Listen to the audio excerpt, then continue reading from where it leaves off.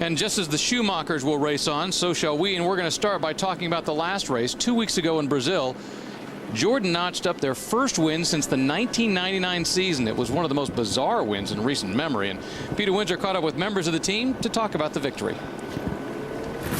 Eddie Jordan has lost no time in advertising his latest Grand Prix win, as you can see on the transporter behind me. So I spoke to Eddie and to Giancarlo and to Gary Anderson about what it felt like at Jordan to win that Brazilian Grand Prix retrospectively, but to win it nonetheless.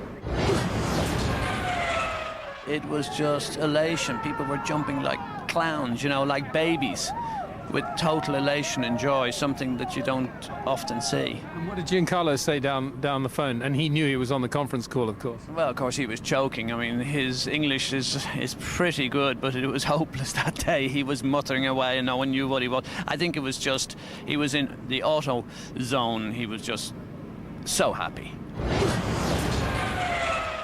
I was waiting Eddie's answer. And then around 12:15 he called me and he said straight away, "Giancarlo, you are the winner." So it was fantastic. I'm happy. A bit disappointed because I didn't celebrate my first winner on the podium in Brazil. But anyway, I am the winner.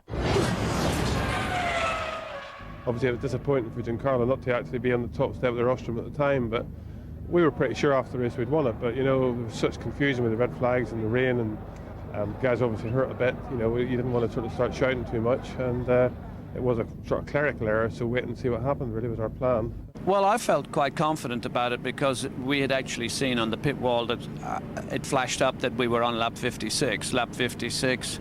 Okay, in the heat of the moment, you weren't sure how far into it you were, but it was clear that we had completed 55 laps. We're into lap 56, and then the count back goes to 54. So we spoke to Jean Campiche of Tag Heuer to ask if indeed any mistake had been made on his side of the fence. We have to go very quickly with the timekeeping, because in case you have to restart a race, you must be ready. So you have the explanation why you had very quickly the classification of lap 54. Few minutes after, we received from the official the request to don't give the final ranking at lap 54, but to give the lap 53.